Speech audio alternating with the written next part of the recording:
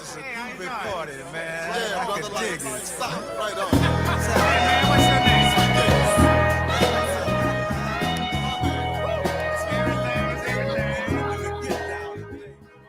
Mother, mother, there's too many of you to cry.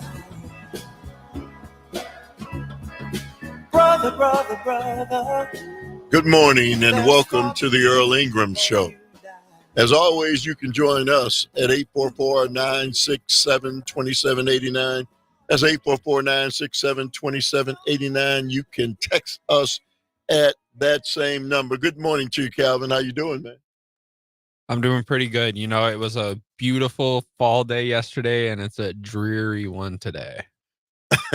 Rain. We needed rain. We got rain. We had songs for rain. We got rain. We clearly needed rain, and by now you know who that fellow is on the other side. That's none other than Sandy Williams, my co-host. Good morning to you, Sandy. How you doing? Pretty good. I'm glad there's rain. Unlike our young friend who's apparently thinks it's a bad omen. A curse. Yeah, a curse. Yeah. Well, I had Friday. I had all that music for rain. Now we got rain.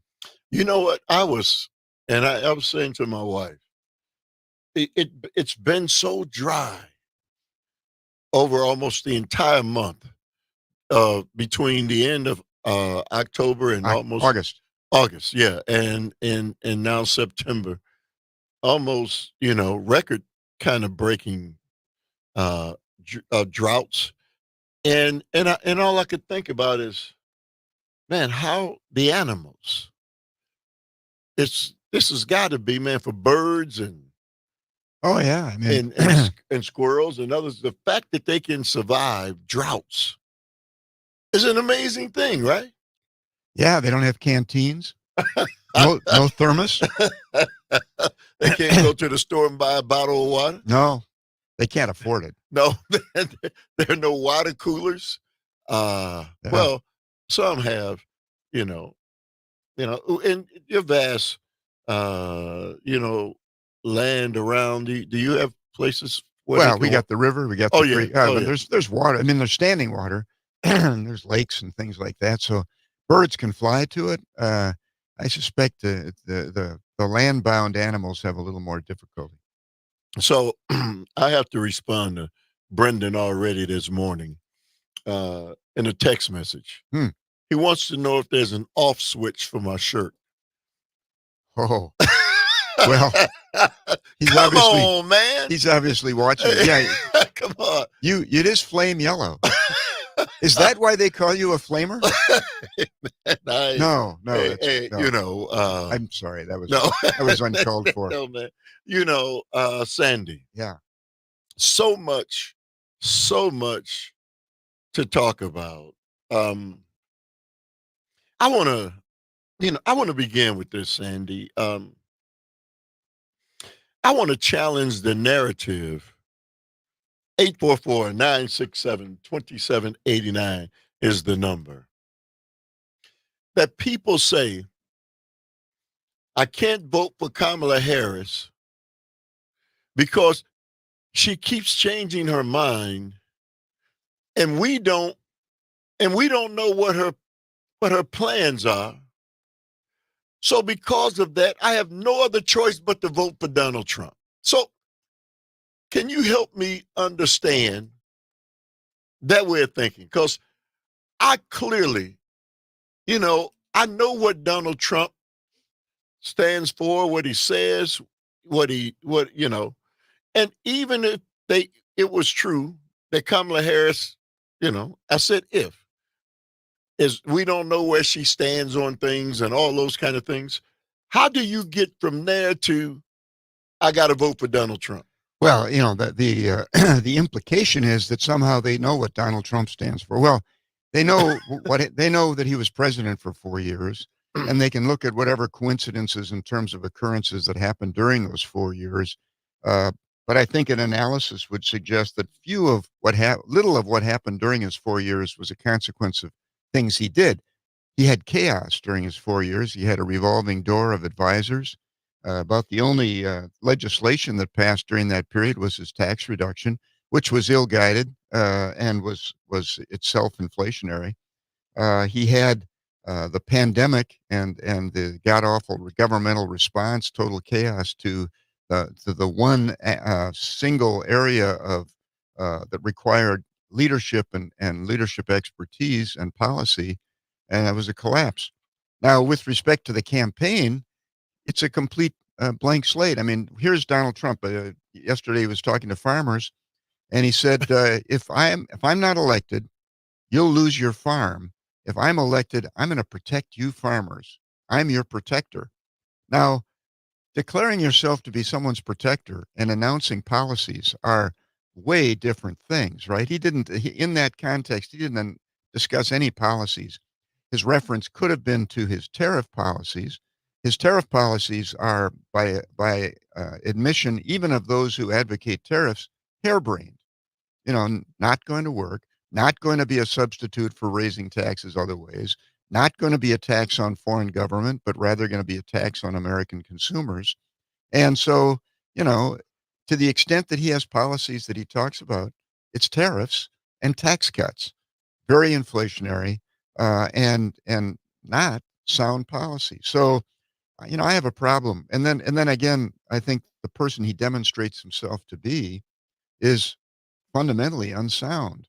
And so, his declaration of being a savior seems to be an extension of his own sort of messiah complex.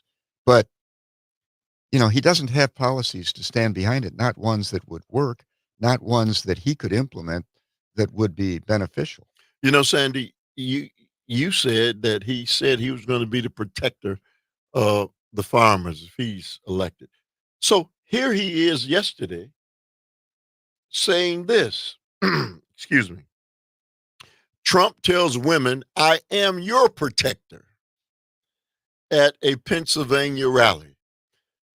There's clearly some correlation between him now saying he's going to be the protector. Was that the of people. Same speech? This must have been Yes. this must have been his protector speech. So former President Trump on Monday told women he would protect them if he is elected and attacked his opponent, Vice President Harris, as very dumb during a rally in key battleground of Pennsylvania. Who was protecting the 11 women who accused him of assaulting them? Well, Sandy, I thought that it was Donald Trump and Republicans who said that Democrats have been saying these negative things and it caused the attempted assassination of Donald Trump. And J.D. Vance said that has to stop. So calling the vice president dumb. Well, and also a danger to farmers, or a danger to women. Really, his principle is to tell everyone, whatever you want, whatever you need, I'm going to provide that to you. You need a protector, I'm your protector. You need cheaper groceries, I'm going to make sure you get cheaper groceries. I want him to explain how it is that the president of the United States is going to make their groceries cheaper. Well, so Trump at one point sought to directly address women in the audience, as polls have shown him trailing Harris with that demographic of voters. He read an extended version of a Truth Social post from over the weekend in which he said women would be happy and no longer thinking about abortion if he's elected. Sandy, can you explain to me how he's going to get into women's heads because he's the president? Maybe he thinks they'll just be fantasizing about Donald Trump. The fact is that one of the ways that he showed his misogyny was to talk to women by going to a grocery store, as if a grocery store is a woman's domain, and talking about the price of groceries so that he could be speaking to women in the territory in which they belong. It's again his concept of women. Once again, and the list of people who he's called very stupid is predominantly women. Okay. He does. That's not an insult he chooses to use for men very often. You left something out. He paid for a woman's groceries. Did you see that? Yeah. Well, he gave her a couple of dollars. Yeah. And he didn't give them to her out of his pocket. He went over to an aide and said, "Give me some money." And he gave it to her and said, "Here, you need some money to buy your groceries." I make this statement to the great women of our country. Sadly, women are poorer than they were 4 years ago, are less healthy than they were 4 years ago, are less safe on the streets than they were 4 years ago, and are paying much higher prices for groceries and everything else than they were 4 years ago, Trump said. We should take that apart. They are not more endangered on the streets than they were 4 years ago. They're actually safer on the streets than they were 4 years ago. All of those things, other than the price of groceries, which have gone up, all of those other things are untrue. He made them up. Well, Sandy, I will fix all of that and fast. And at long last, this nation and national nightmare will end. It will end, Trump said, because I am your protector. I want to be your protector. As president, I have to be your protector. I hope you don't make too much of it. I hope the fake news doesn't go, oh, he wants to be their protector. Well, I am. As president, I have to be your protector. Is this the same guy who said grab a woman by their? Yeah. Is this the same guy who said beautiful women allow you just grab them and kiss them? Yeah. Is that the same guy? That's the same guy that's been accused by 11 women of assault. It's the same one who's, yes. I mean, his view of women is well established. Oh, no question. Yeah. No question. His view of women and how he's treated women has been horrible.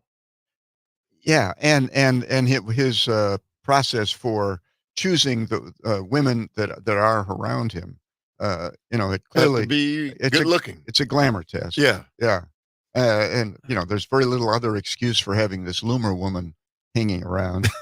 Well, she's not exactly a glamour. I don't know what she is Yeah. exactly, but she's hanging around. I know. you know, Sandy, the thing about all of this that is so mind-boggling to me is none of this stuff sticks. Right? Right. Well, I think I said before, when you run your life openly and notoriously, when you have no secrets, it's somehow people give you a blank check. All right, 844-967-2789 is the number. It's Tuesday. That means Tuesday. My co-host Sandy Williams and you got a lot more on the other side.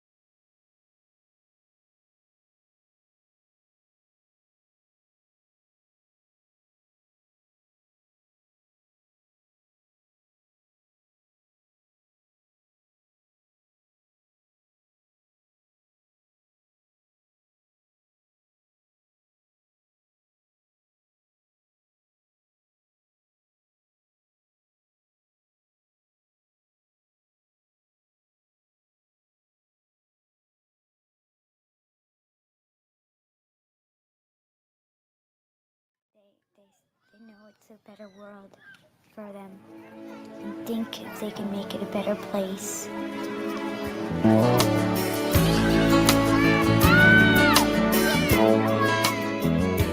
There's a place in your heart, and I know that it is love. And this place is much brighter than tomorrow.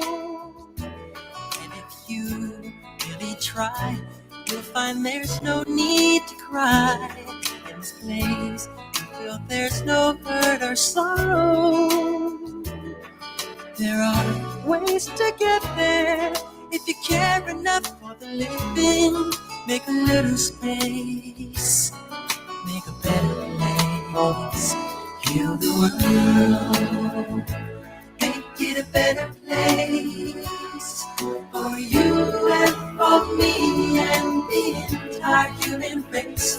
There are people dying if you care enough for the living. Make a better place for you and for me. All right. I hate to even interrupt that. Welcome back to the Earl Ingram Show. As always, you can join us at 844-967-2789. Text us at that same number. It's Tuesdays. It's Tuesday. That means Tuesdays with my co-host, Sandy Williams. Sandy, that music. Well, Friday had music for rain, and it rained. So today I've got music about world peace. And maybe I'm not sure I can get the same result, but we can all wish for it. Oh, yeah, man. Absolutely. I want to just continue a couple more paragraphs that Donald Trump at a rally on yesterday, and then we'll move on. But Trump during Monday's rally lambasted Harris throughout the event, attacking her intelligence, even as Republicans have urged him to focus on policy. And as his running mate has urged Democrats should turn down their rhetoric following another assassination attempt against Trump. She's worse than him, Trump said, comparing Harris to President Biden. I'm telling you, watch. She's not as smart as him. She's not smart. He never was smart, but she is a very dumb person. That's the King's English, right? Oh, yeah. And he's the arbiter of smart. and we can't do that. We can't do that. I don't want to be rude. Trump claimed a Harris presidency would tank the economy and lead to cities overrun by crime and immigration. At one point, he referenced Springfield, Ohio, a town that has been at the center of attacks from Republicans over an influx of Haitian migrants, leading his supporters to chant, "Send them back." And do you think Springfield will ever be the same? I don't think so, Trump said. The fact is, and I'll say it now, you have to get them the hell out. You have to get them out. I'm sorry, get them out. Can't have it. They've destroyed it. Many Haitians are in the U.S. under protective temporary service. But Trump rallied with supporters, and then let me just say this. Donald Trump sends out these racist tropes. Yeah. Constantly. I mean, it's not dog whistling anymore. No, it's overt, and somehow it's okay. It comes out of his mouth. If it came out of somebody else's mouth, there would be mountains of criticism, and that person would be ostracized. He'd be treated like David Duke, right? His behavior now is David Duke-like, but he's running for president of the United States, and he seems to be immune from the kind of a discussion of his behavior that is deserved. The kind of criticism. There are explicit terms that can be used for his behavior: racist, xenophobic. This notion of racial purity smacks of fascism. It's all these things, and yet he would say those are radical terms that are going to cause people to try and be violent against me, when his language is pure violence. Get them out. Sandy, and then it would be different if he was standing alone saying those things and there weren't throngs of people behind him. Yay! Yeah. I mean, he's saying these things because the people feed on it, and he Right. feeds on it. It's a mutual. It's like a shark feeding frenzy, which is all about this kind of cultural purity, tribalism that's born out of fear. He's stoking cultural fears that are extremely problematic. So I want to get back before we move forward, Sandy, with challenging the narrative again that people are supporting him because Kamala is so bad and they don't know anything about what she stands for. We clearly know what he stands for when he makes the statements that I've been reading here yesterday. The people who support him and say, well, we've got to vote for Donald Trump because we don't know what Kamala Well, stands for. Well, yeah, and the other thing is what they want to point at is what went on during his presidency. Okay, low inflation. If low inflation was so good, they should be congratulating Barack Obama for his period of extremely low inflation, right? Inflation disappeared, went down to essentially zero during the Obama presidency, and that's what Donald Trump inherited. He inherited an economy with a Federal Reserve Bank that was setting interest rates very, very low because we were coming out of a recession that sprang up during the George Bush the second at the end of his administration. It took us 8 years to recover. We were still recovering from it when Donald Trump took over, and we continued that recovery during his presidency. And he wants to lay claim to the recovery that he inherited. But go ahead. And then the only thing he implemented was the tax cut and the mayhem and chaos during the pandemic, which incidentally contributed to the supply chain, the complete blockage in the supply chain. And I would remind people, one of the harbingers of the inflation was the fly up in used car prices. That fly up in used car prices happened during the Trump administration. You know, Sandy, the people who support him don't hear any of what you just said. Even that truth you just spoke, Yeah. it doesn't register with them, right? I mean, Apparently, because tribalism is a very, very important. It's in our DNA. If it's stoked enough through fear, fear and emotion overrides sort of the societal values. all right, 844-967-2789. It's Tuesday. That means Tuesdays with my co-host Sandy Williams and you on the Earl Ingram Show.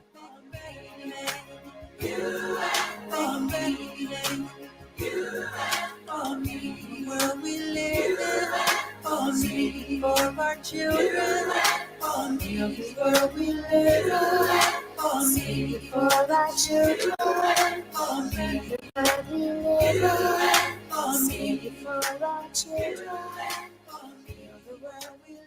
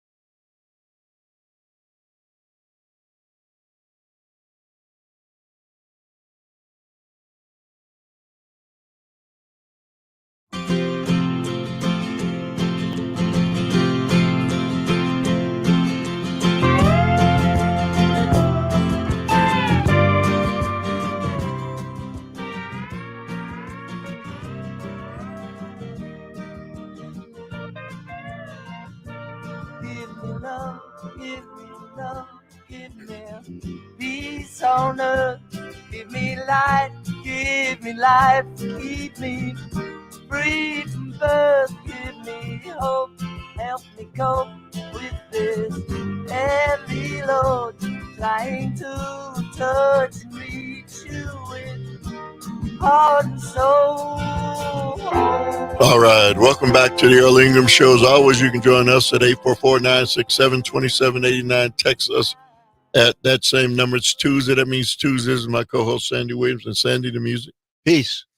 I wanted rain on Friday. Today I want peace. This is all about peace in the world. That was George Harrison. You know, we're going to talk a little bit about the changing, winds of, what really looks to be a difficult time in world peace that are upon us.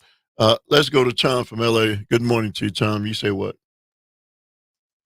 Good morning, Earl. Good morning, Sandy. First, I just want to say that, I do believe in we the people are the government, and I do believe in democracy. And the way Trump talks, all he talks about is I. And all he talks about is I will fix it. I will fix it. You know what? Not one person can ever fix anything. It's got to be we the people. It's got to be a combination of people that actually fix problems in the world. And I just really think to all of the Republicans out there, people that are thinking about voting for him, he's such an insult to the American people's intelligence. He's an insult to his voters' intelligence. He acts like they're just naive little children. And like a 5-year-old, or like a parent, when a kid's 5 years old, the parent will fix it. And that's not the way the world works, especially when we become adults and we can, pull up our big pants and we can, brush our own teeth and everything like that. So I just really would wish that these people that are voting for him would really look at the insult that he makes on you when he just says he's going to handle it all. I'm going to do this. I'm going to protect women. I'm sorry, that's the end of the democracy. Well, he talks like a dictator. He is a dictator. Well, there's a substantial group of people who are supporting him, Tom. Yeah, but I hope that that's 30%. But Sandy, I do want to ask you one question. Can you please compare and contrast between the two candidates' policies on childcare, healthcare, taxes, and rent or mortgage? Can you just tell us what the actual policies are for each candidate at this time? I'd really appreciate that, and I'll take my answer. Thank you very much for the call. Well, yeah, I mean, the fact is that Donald Trump's a blank slate with respect to policies associated with the things you just described.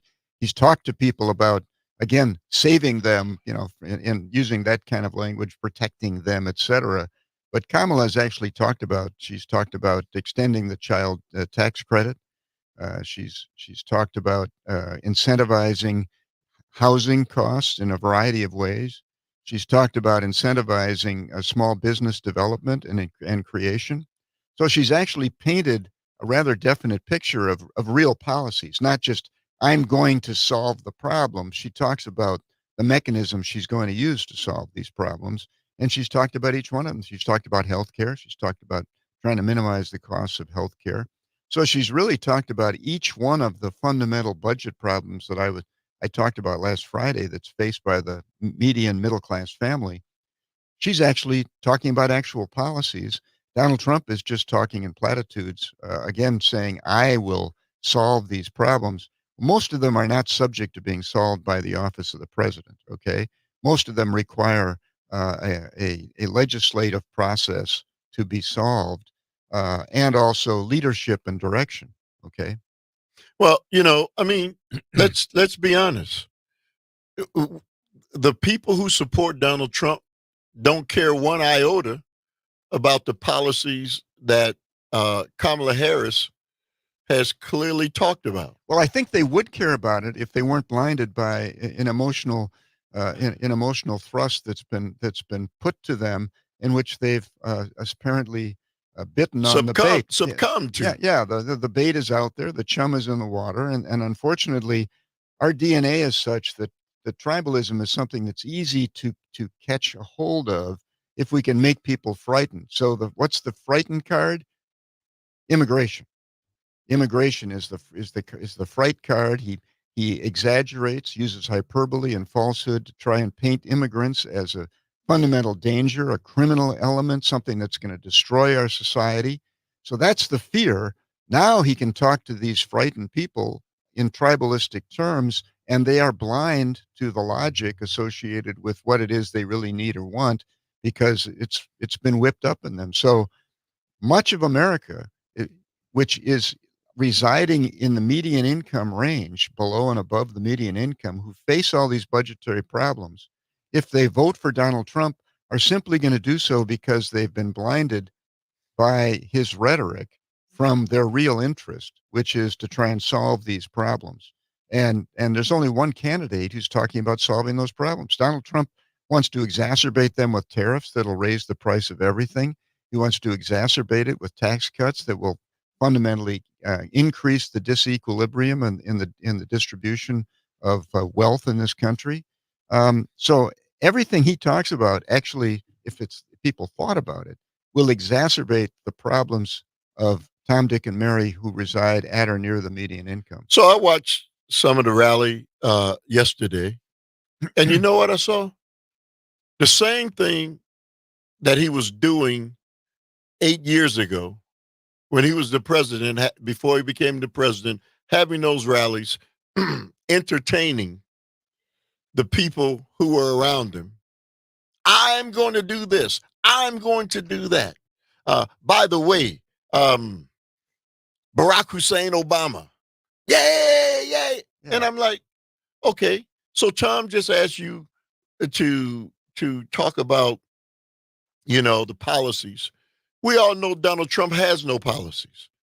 But Sandy, the frightful thing is that doesn't register with a significant group of people in this country. Well, what the people want to do is point to the 4-year experience.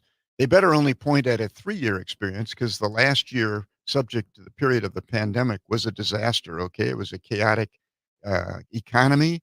It was a chaotic public policy situation. It was a chaotic public health situation. The first 3 years was a continuation of the Obama economy, which was then they poured gasoline on the fire with a tax reduction that wasn't needed in order to fire up the economy. We already had a hot economy, and we continue to have an economy which is very, very strong.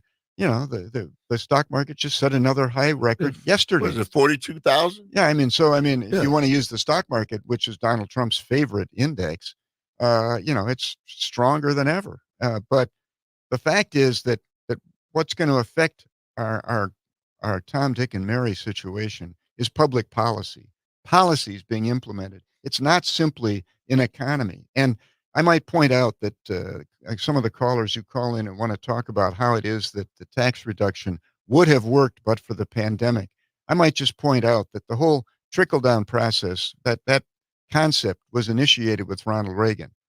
And it didn't work, and the people who back it say, well, it would have worked except for the recession that came in the late 80s and early 90s, okay? And then George Bush the second, voodoo economics. George Bush the second had a tax reduction, which was going to pay for itself because of trickle down. Okay, it didn't work. It didn't work because of the massive recession we had at the end of his term. Okay, Donald Trump implements one. It didn't work because of a recession. Okay, but those recessions aren't disconnected from the tax reduction. The inflation we had in the first years of the Biden administration is not disconnected from that inflationary tax cut that occurred during the Trump years. And the fact is that there is no basis for demonstrating that Tom, Dick, and Mary benefit from the kind of tax reductions which have been implemented. All right, let's go to the phone lines. Let's go to CJ. Good morning to you, CJ. You say what?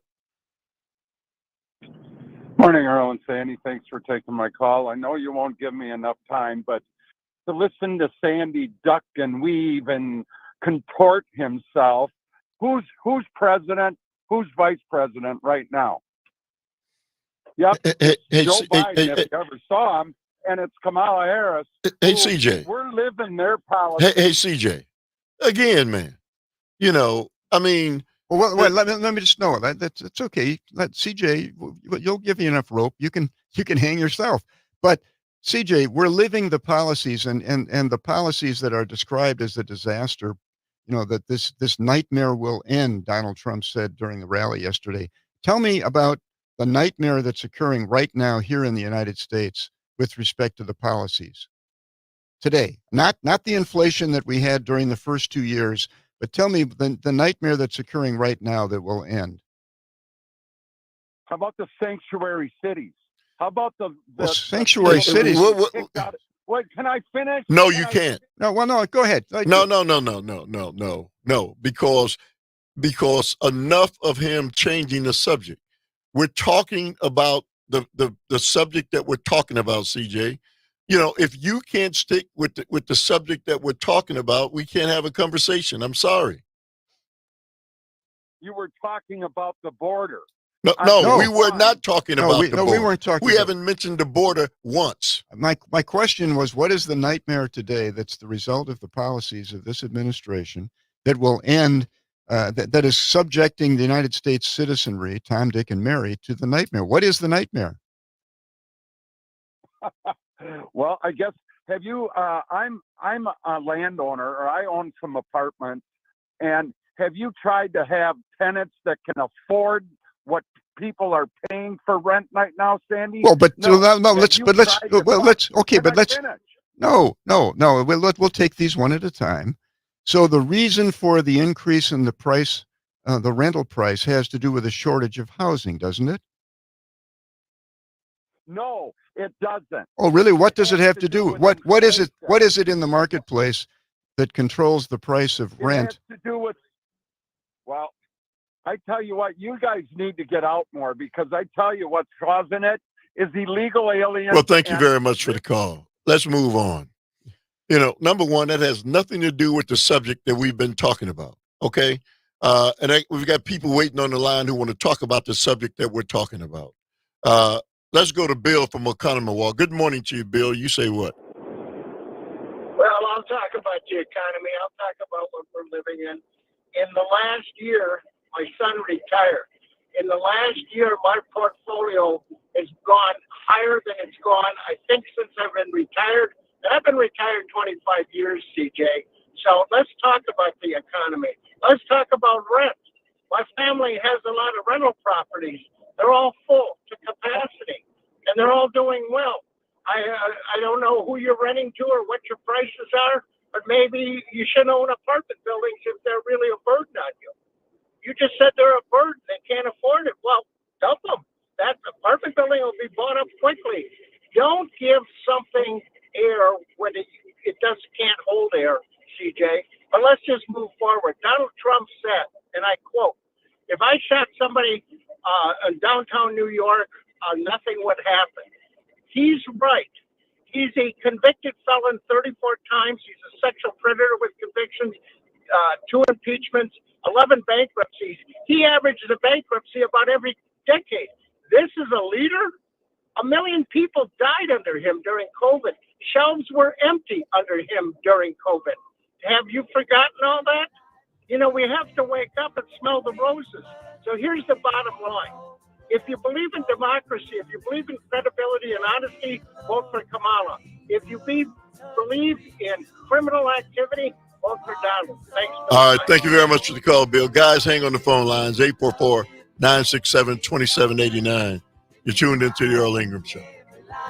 Keep me free, but now give me hope to help me cope with this heavy load. Trying to touch me too with all soul.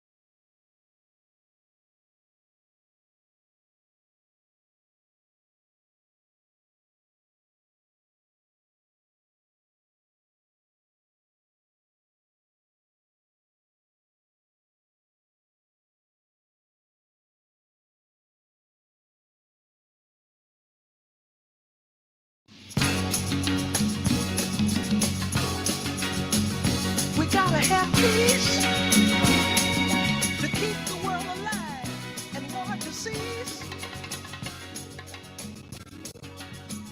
We gotta have joy to in our hearts with strength we can't destroy. People hear us through our voice. The world knows there's no choice. Curtis Mayfield.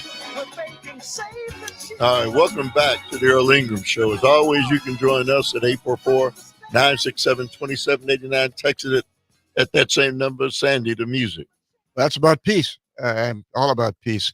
And, there's so much music about peace. Unfortunately, it doesn't seem to work. But Yeah. there's lots of it, and most of it's pretty good. Let's do this. Let's go to Cassandra from Middleton. Good morning to you, Cassandra. You say what? Hi, Earl and Sandy. Thanks for taking my call. I just quickly wanted to respond to CJ and just echo the sentiments from the previous caller before you went on break.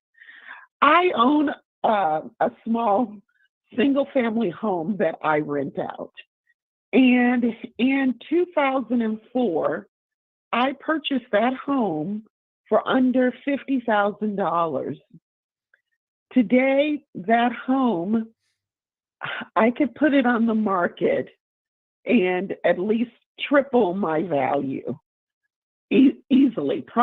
I could probably get more. Now, the issue here is when I purchased that home, it was considered a starter home for young families.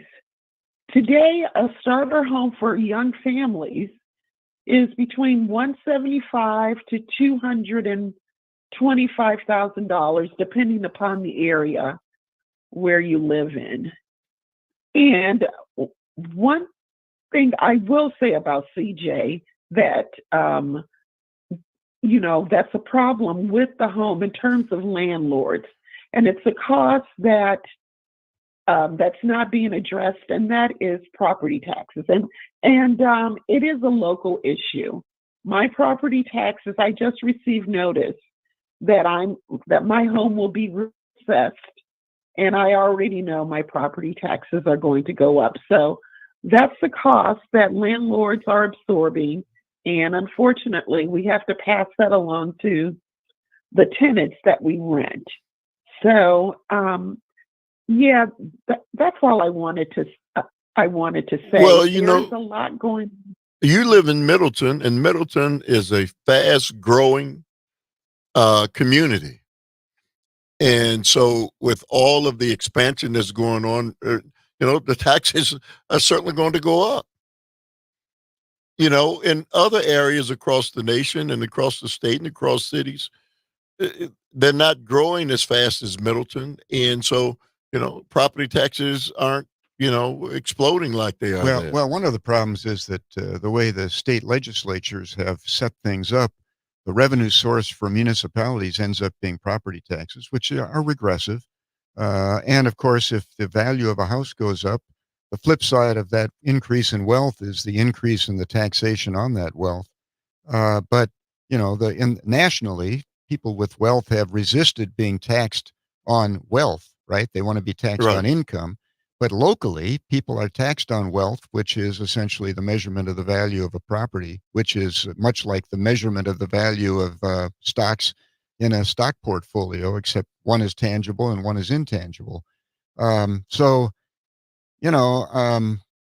of the problem with property taxes is the regressive policies of conservative state legislatures and their desire to kind of strangle cities. Milwaukee, in particular, has gone through this process of trying to find revenue streams independent from property taxes to support the costs that are associated with large metropolitan areas. Madison is growing rapidly and is beginning to develop into a large metropolitan area. Cassandra? Well, my property, it's not in Dane County. It's actually in Winnebago County. But what you stated, it's applicable all across the state of Wisconsin. But But property taxes are an issue, especially for the elderly. Many of them, depending on the area, your property tax is sometimes higher than your actual So, mortgage. so Cassandra, And how do you fix that? to be quite honest, I don't know. It's just an observation I was making. But, Right. thanks for taking the All right. call. Thank you very much for the call. Sandy, um, you know, the the fact that the property taxes are what they are, and yes, they're pretty difficult for people to swallow.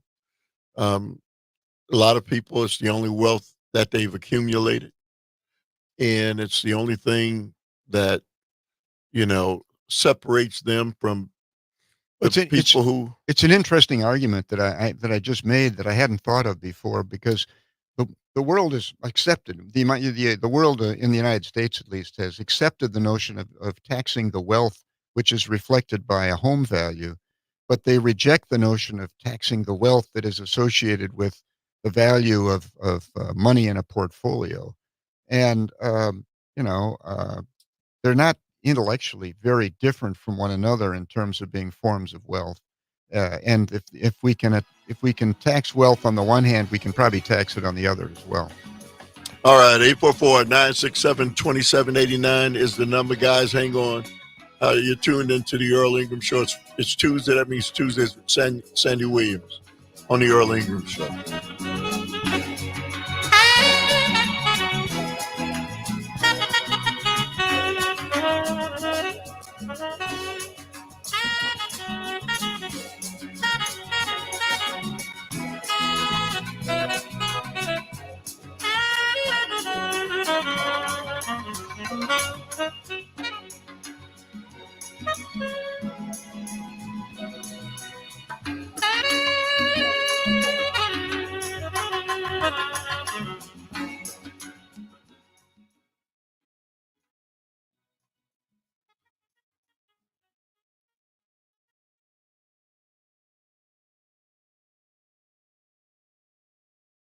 At Pro Healthcare, your next appointment is just a click away.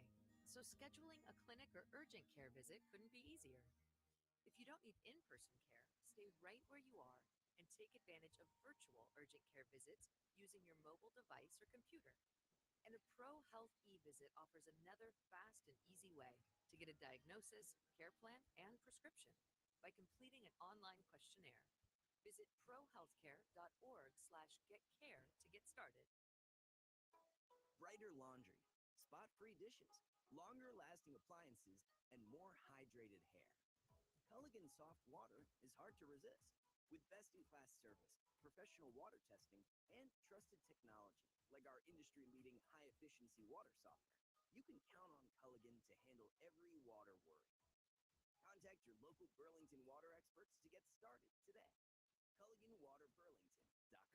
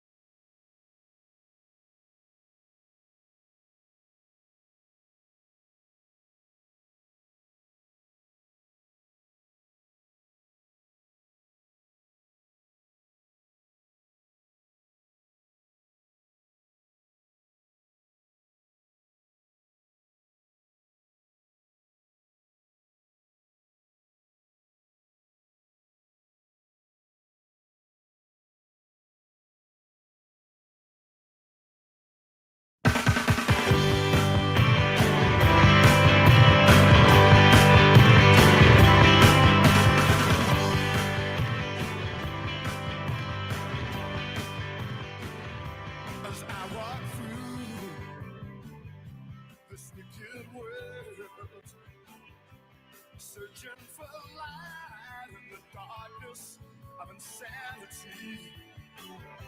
I ask myself, is all hope lost? Is the only pain and hatred and misery? And each time I feel like this inside, there's one thing I want to know. What's so funny about peace, love, and understanding? Oh, what's so funny about peace, love, and understanding? All right, welcome back to the Earl Ingram Show. As always, you can join us at 844-967-2789. Text us at that same number. It's Tuesday. That means Tuesdays with my co-host Sandy Williams and Sandy Music Choice. About peace. Elvis Costello. It's funny. All of his songs sound like the same song.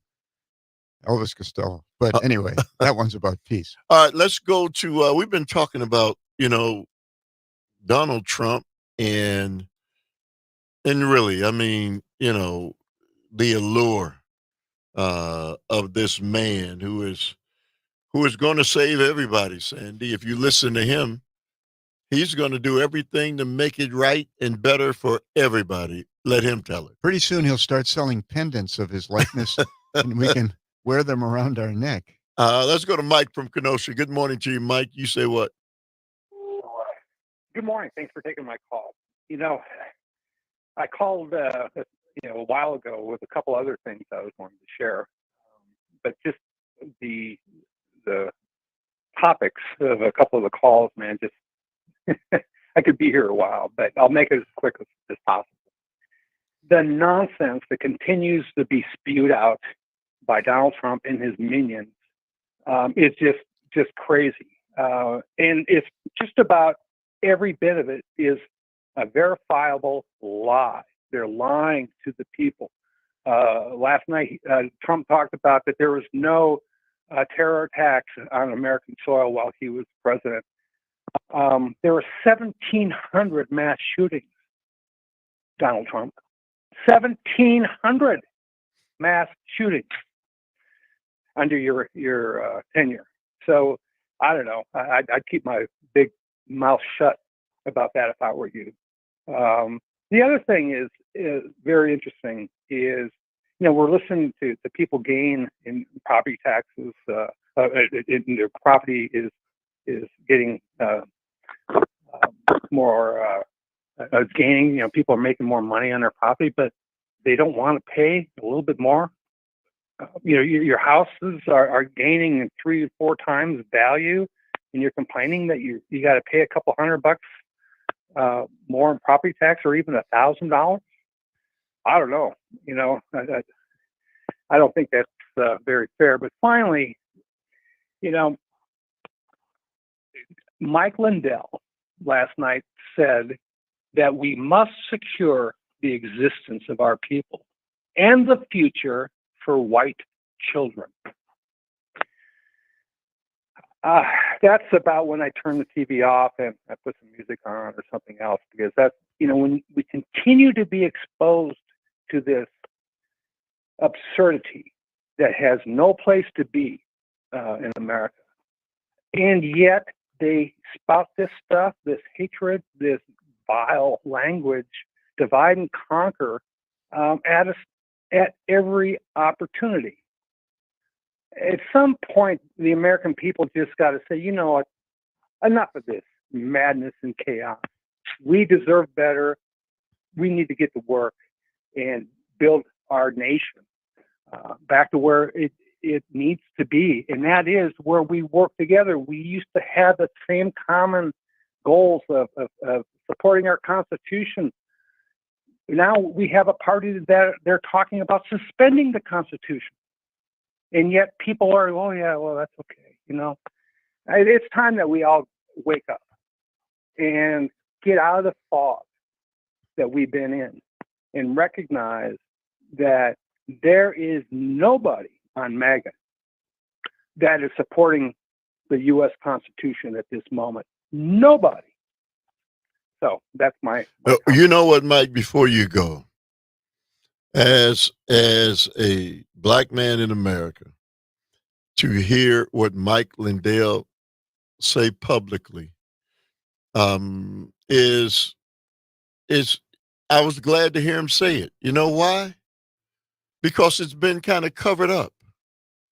Because what's at the root of a lot of what Donald Trump and MAGA is talking about is that.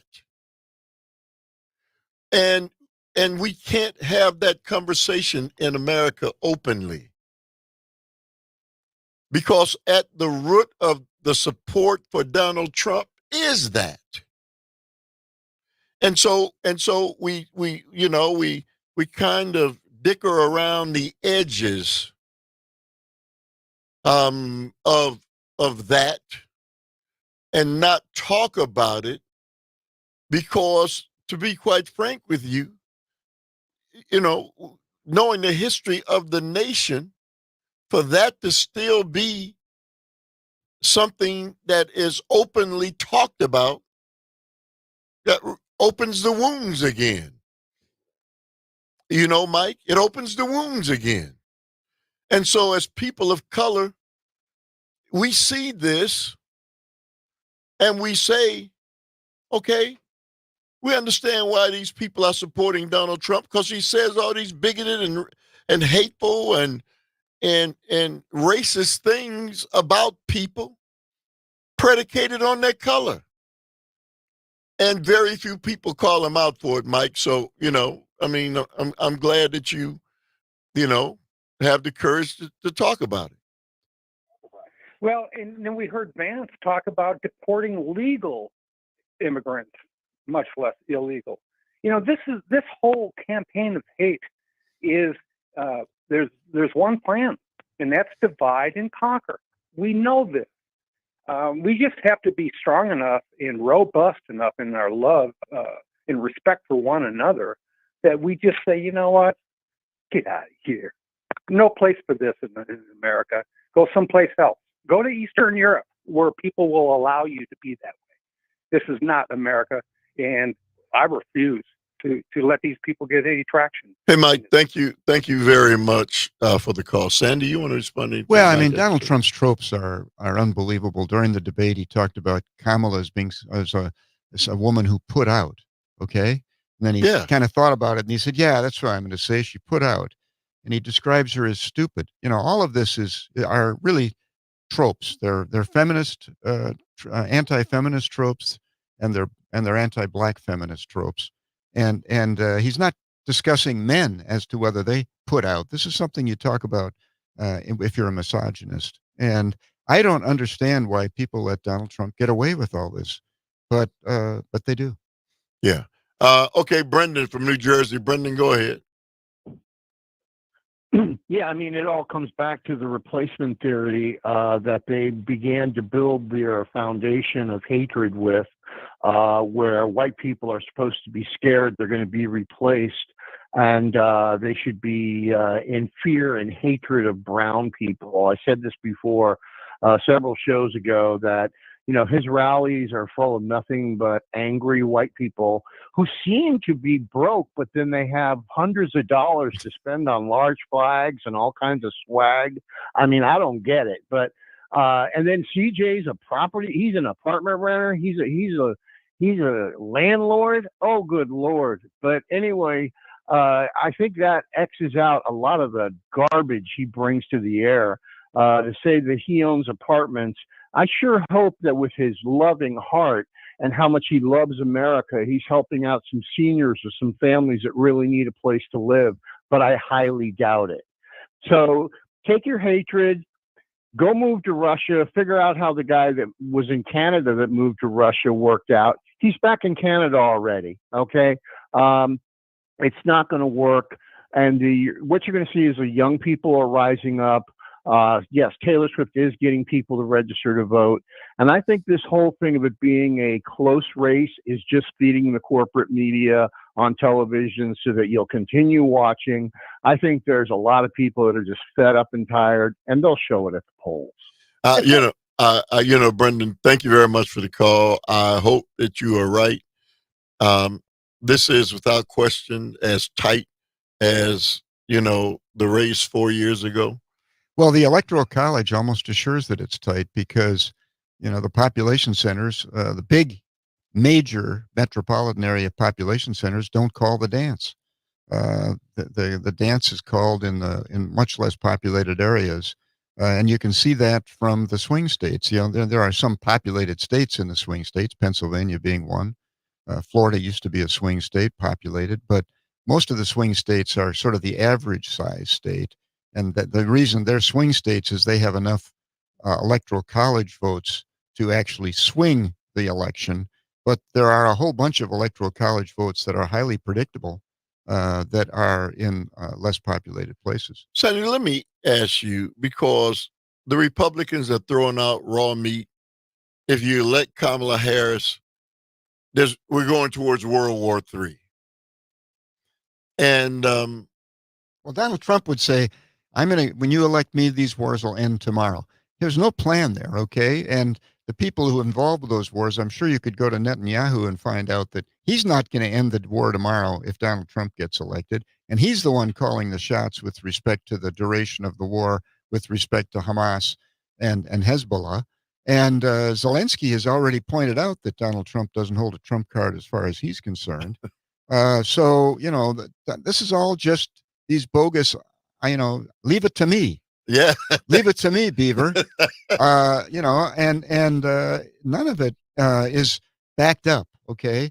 And the notion that the Hamas attack on October 7th would never have happened if Donald Trump was president. It's never been explained exactly why Donald Trump sitting in the presidency could have possibly made a difference with respect to the Hezbollah attack. The Hamas attack. Would Hamas have thought that the response could have been more rigorous? Because the response to Hamas couldn't have been more rigorous than it was after October 7th. So there's no credibility with respect to those kind of statements other than just declarations of greatness.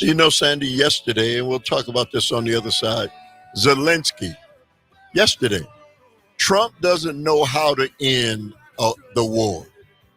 And Vance is too radical. This is Zelensky. Trump is telling the world he can end the war tomorrow. And the president of Ukraine is saying he doesn't know what he's talking about. Well, the only way Trump could end it tomorrow would be for him to cause Zelensky to raise the white flag. And Zelensky's basically saying, I'm not raising the white flag.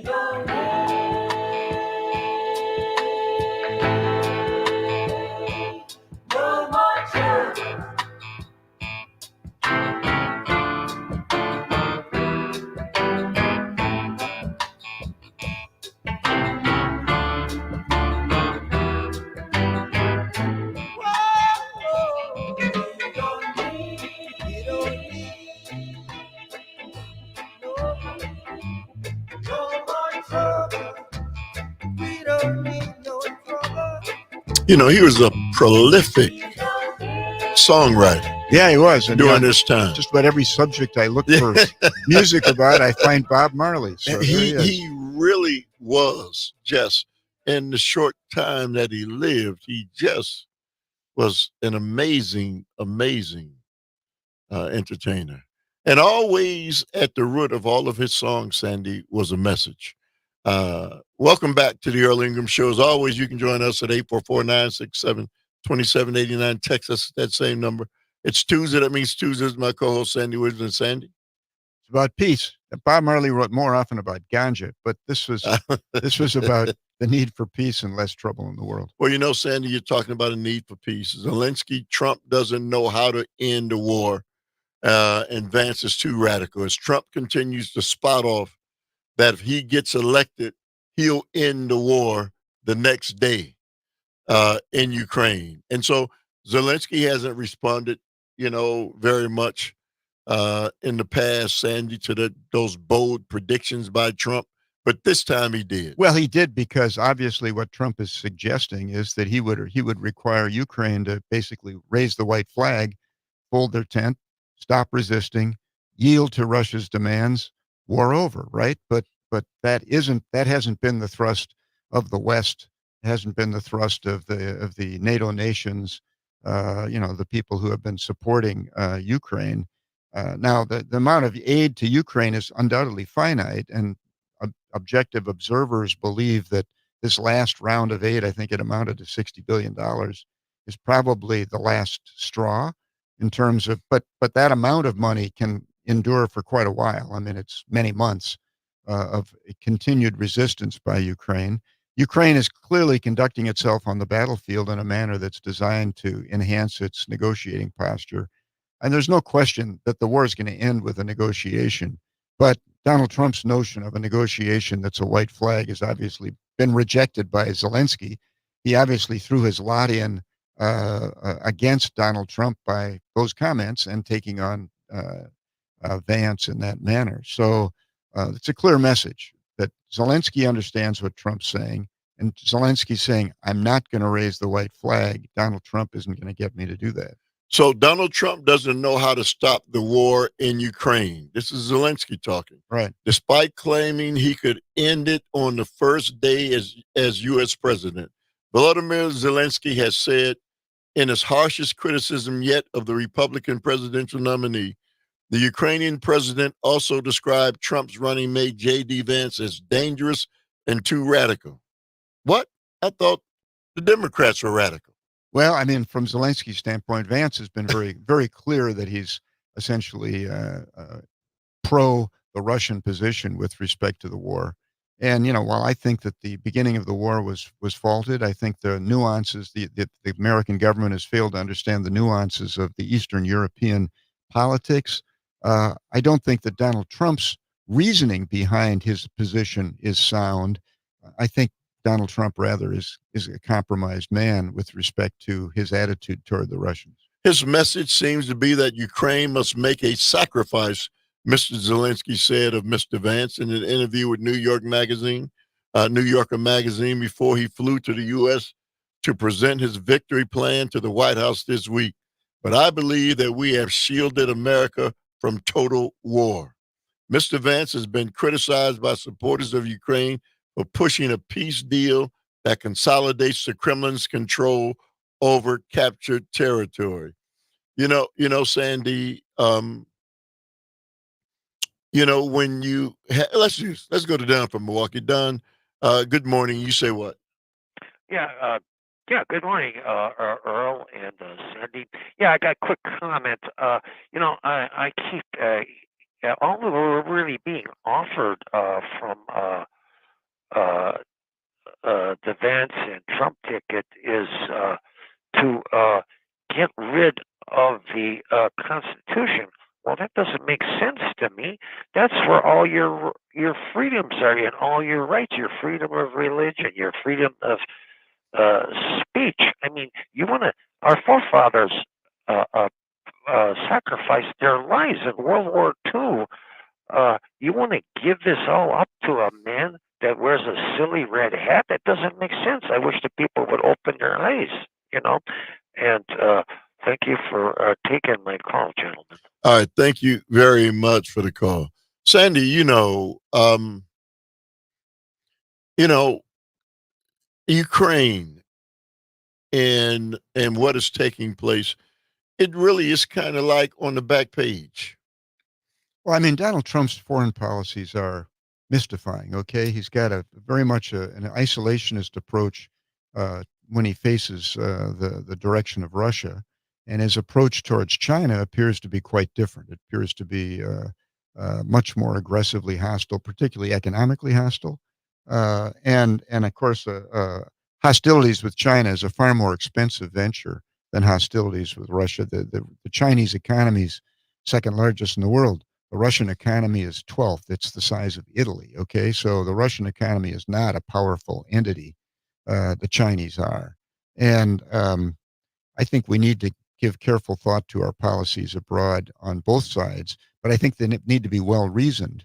And my hope is that Kamala will pause and will develop a reasoned policy. I think the policies need to reflect the priorities of the American people and including our defense budget. My fear, Sandy, with Donald Trump is always the fact that he himself feels that unilaterally he knows what's best for everything and everybody, and he'll make the decision.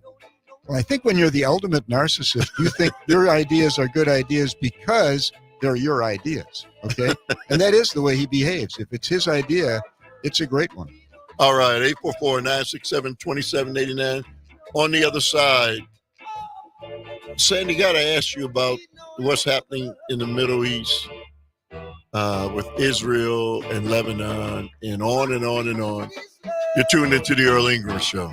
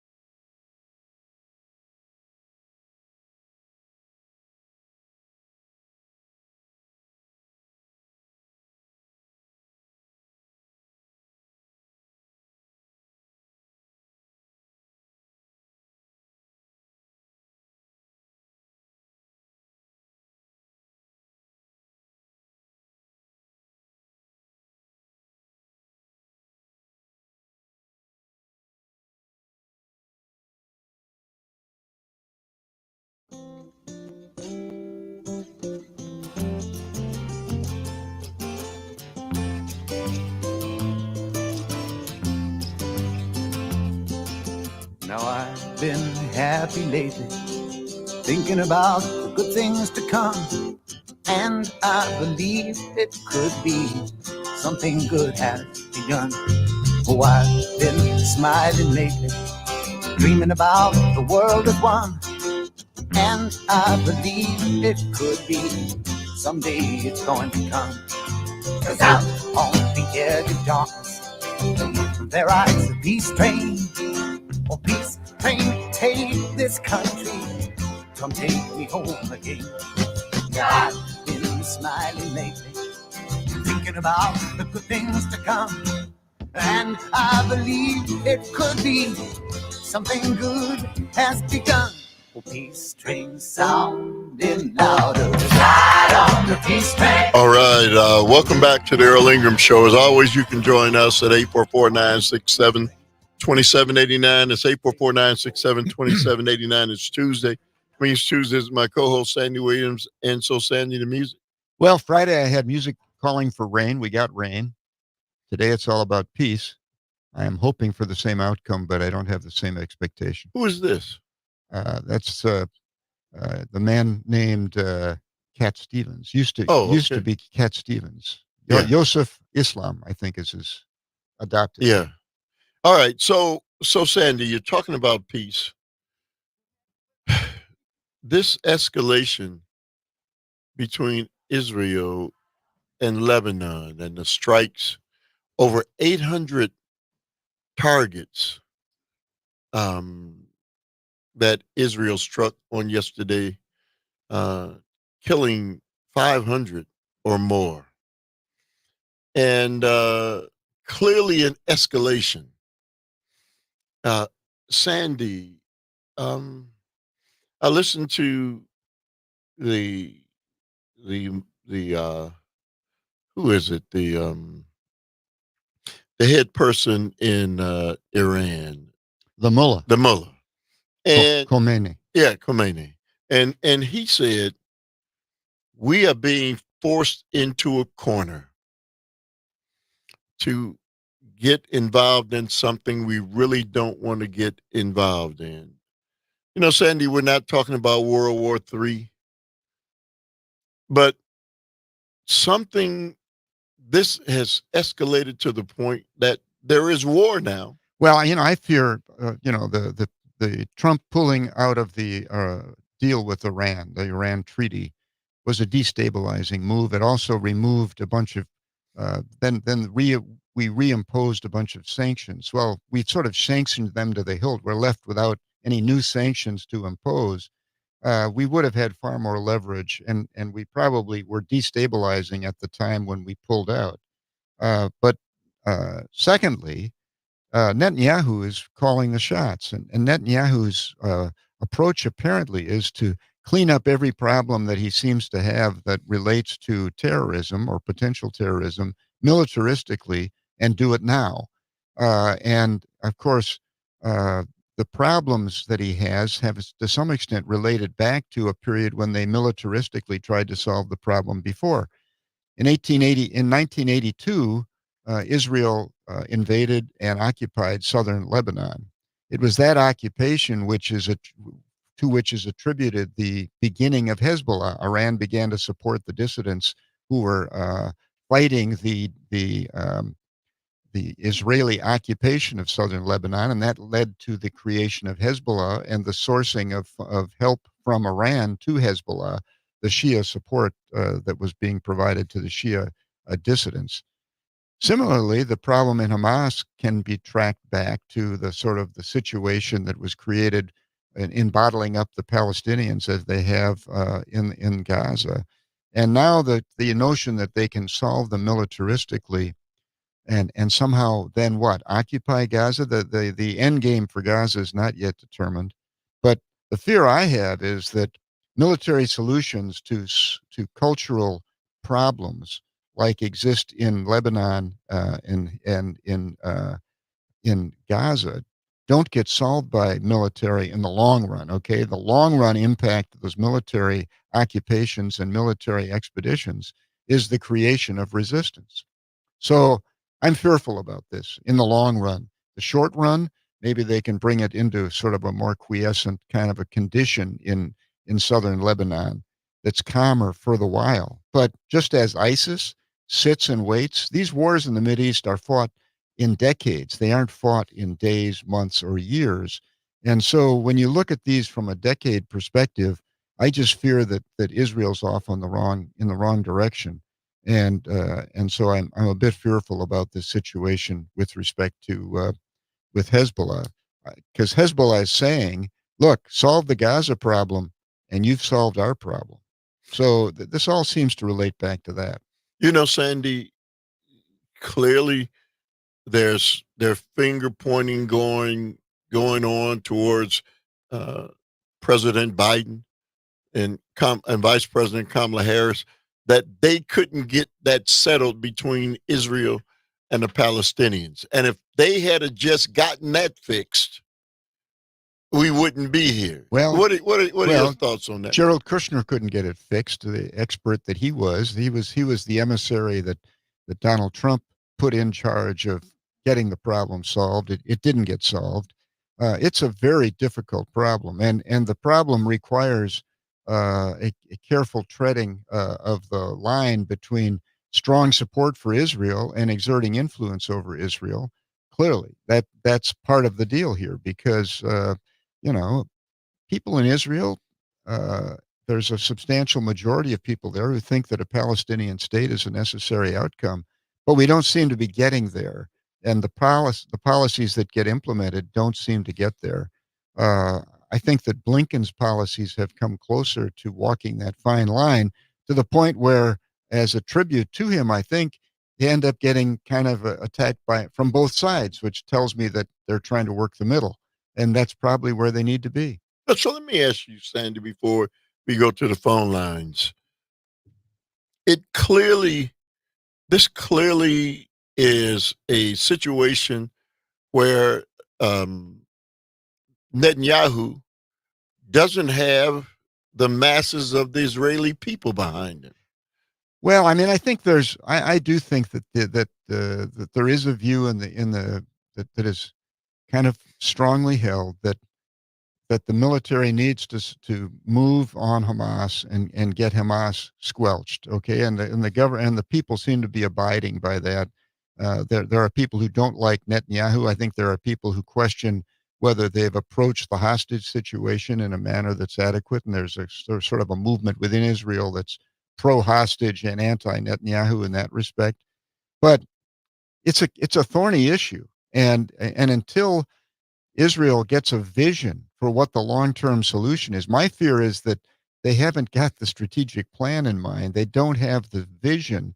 They haven't decided what the future looks like if they get their way. And to me, that's the issue. That's the problem.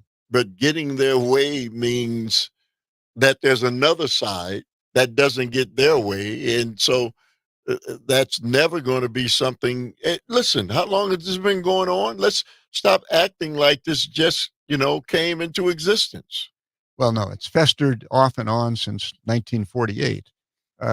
And unfortunately, however, the capacity now, there were those who say that Yasser Arafat turned down the deal when they were offered a state. Okay, maybe that happened, and maybe he did, but that doesn't mean that forever this problem can't be solved, because Yasser Arafat chose to not solve it at a time when it was being offered to him. I think it was during the Clinton administration, and I'm not sure what the details of that offer were exactly, but my problem is that there needs to be a long-term vision.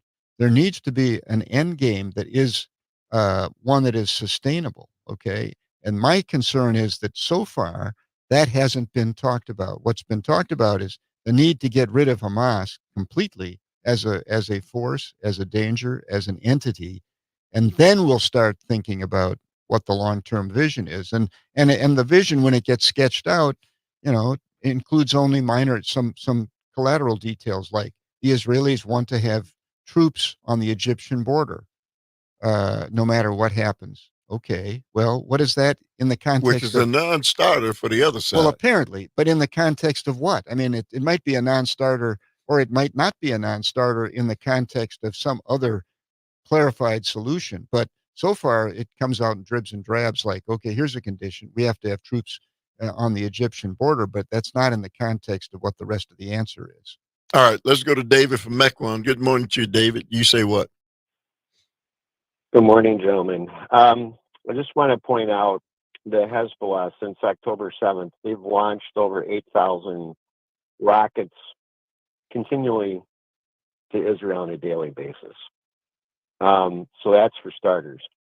Number two, Hezbollah is tied in with Iran. It's a proxy war.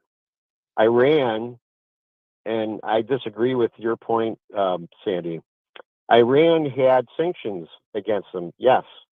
And the current administration, the Biden-Harris administration, lifted those sanctions. They allowed the money to flow to Iran. And how do we know this? Well, because they got access to billions of dollars of money. And it was, I guess, in the idea of the current administration, that would be a way to appease, because that was Iranian money that was locked up in the U.S. So they thought, okay, if we do this, things will get a little better. The exact opposite has turned out to be true. First of all, when Trump pulled out of the nuclear agreement, keep in mind, the European nations were not allowed to look at their nuclear facilities. All those officials, inspectors, and what have you, Iran said, no, you're not coming in. So Iran has been playing this game of where they're playing the victim. And keep in mind, and I just remembered this spring, what did Iran do? They said, well, they're backed in the corner, so they launched all those missiles to Israel, and thank goodness they have, Israel has the Iron Dome there. They intercepted almost all those missiles. It would have wiped Israel off the map if they didn't have it. So I think, there's this misnomer that a two-state solution is going to solve it. Hey, David, It's not. David, let me ask you. You talked about the fact that Iran fired all those missiles into Israel. It was in retaliation for Israel, assassinating, somebody that they earmarked in Iran and fired missiles. The 8,000 has been since October 7th, and it's Right. and it's a combination So of artillery and missiles. So I know, but David, so that was in response to Israel sending weapons, rockets into Iran to kill, leaders, right? So you don't Yes. say that's a little. So they targeted one individual in Iran that is kind of like the mastermind of trying to do what they're doing, which is but they fired essentially starting the whole war. on that nation, Well, right? let me jump. It was in retaliation. Let me jump to a different issue, which is my main issue, which is what is the long range vision for a solution? That's the problem that the Israeli government, under Netanyahu at least, aren't speaking about what the vision is for the long term solution. If they succeed in quelling Hezbollah, and if they succeed in demolishing the capacity of Hamas, then what? Then they got to keep working on the Abraham Accords, which was started under Trump, and there was a lot of Muslim nations David, and hang communities. on. David, hang on. 844-967-2789 is the number. It's Friday. That means Friday is my co-host Sandy Williams and you on the Earl Ingram Show. Peace train sounding louder. Ride on the peace train. Come on, the peace train.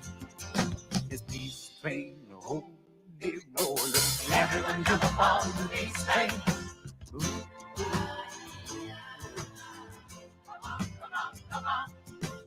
Come on, peace train. Hey, yes, it's the peace train.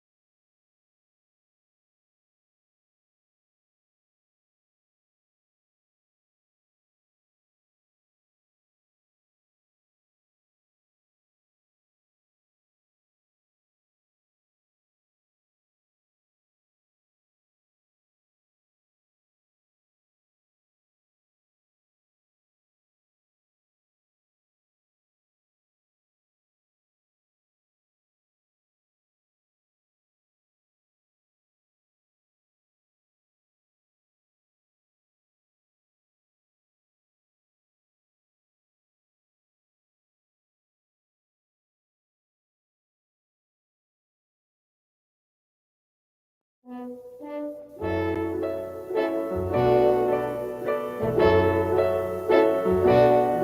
the world needs now is love, sweet love. It's the only thing that there's just too little of. What the world needs now is love, sweet love. No, not just for some, but for everyone. Legendary Dionne Warwick. Thank you very much. Sandy, really great choices. 844-967-2789, Texas, that same number. Sandy, the music. Peace. We need peace. We're talking about the subject right now that sort of instigated my decision to look for. We've had war in the world, and America's been experiencing war almost nonstop for a very long time, and somehow we've got to find our way out of it. All right, David, you were saying before we went to break, you were saying that this is the negotiations have to come after the force, and at some point in time the force has to come to an end.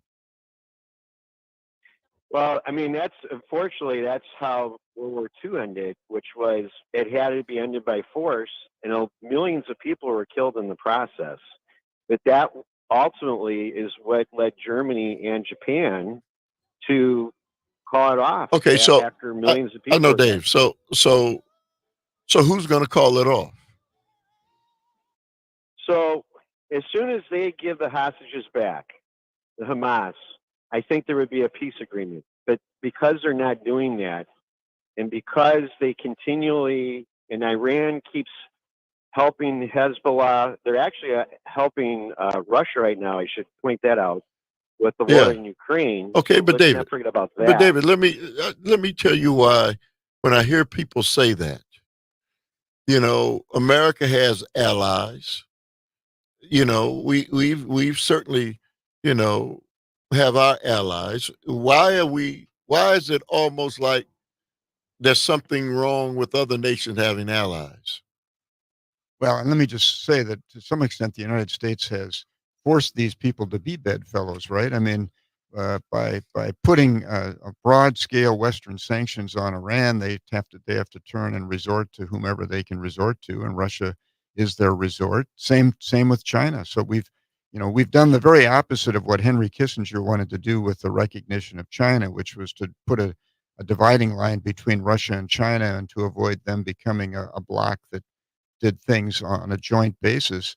And now we've pushed those two countries together, and we've also pushed Iran together and the three of them. Yeah.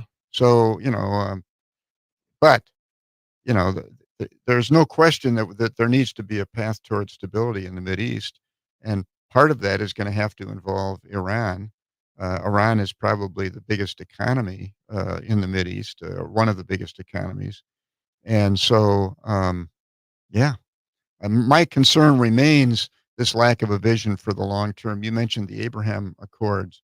The Abraham Accords really only look towards having a recognition of Israel by a bunch of Arabic countries, but it still doesn't resolve the situation between Palestine and Israel. It simply neutralizes the extent to which the rest of the Arabic countries would be at odds with Israel. So I guess my question to you, Sandy, is: do you think the Abraham Accords was not beneficial whatsoever? No, I didn't say that. No, of course I didn't say that. I mean, I think, the Abraham Accords, actually, the process is continuing now, and Blinken has worked on the very same kinds of things, and the same kinds of things were being worked on before Kushner was working on it on behalf of Trump. I mean, everyone sees that there's a need for a vision for the Mideast, which includes a recognition by the Arabic countries of Israel, as well as a recognition that includes a détente. But that's going to be hard to achieve without having the vision with respect to Palestine. And that's the very reason that the Abraham Accords have failed so far, is that there has not been expressed a vision for what happens to Palestine. Well, I disagree with you. I think what ended up happening was that the current administration, the Biden-Harris administration, went back to the old ways of trying to do this whole two-state solution, which they've been trying for decades. And I'm talking about like George Bush, Clinton, Obama, what have you. And well, I think I unfortunately, think Saudi Arabia and a bunch of the countries that would be a part of the Abraham Accords have talked about the very same thing. So, I think it's not sensible to believe that the Abraham Accords will occur in the context of a vacuum of policy associated with the treatment of Palestine. Well, you can't say that there can't ever be a two-state solution. The Palestinians are there. What do you do with them? so Do you cast them aside? Unfortunately,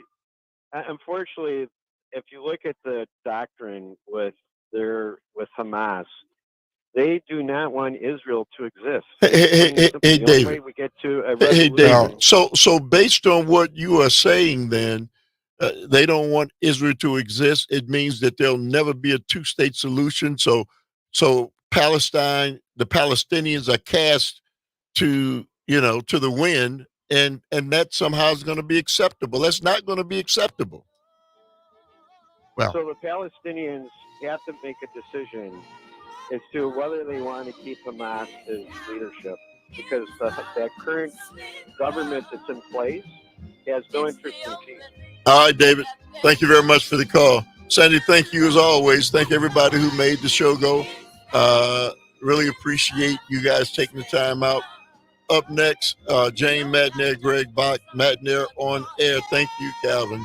See you guys on tomorrow. Oh, by the way, I'll be joined at 8 o'clock by the chief of police for the city of Milwaukee, Jeffrey Norman, at 8 o'clock.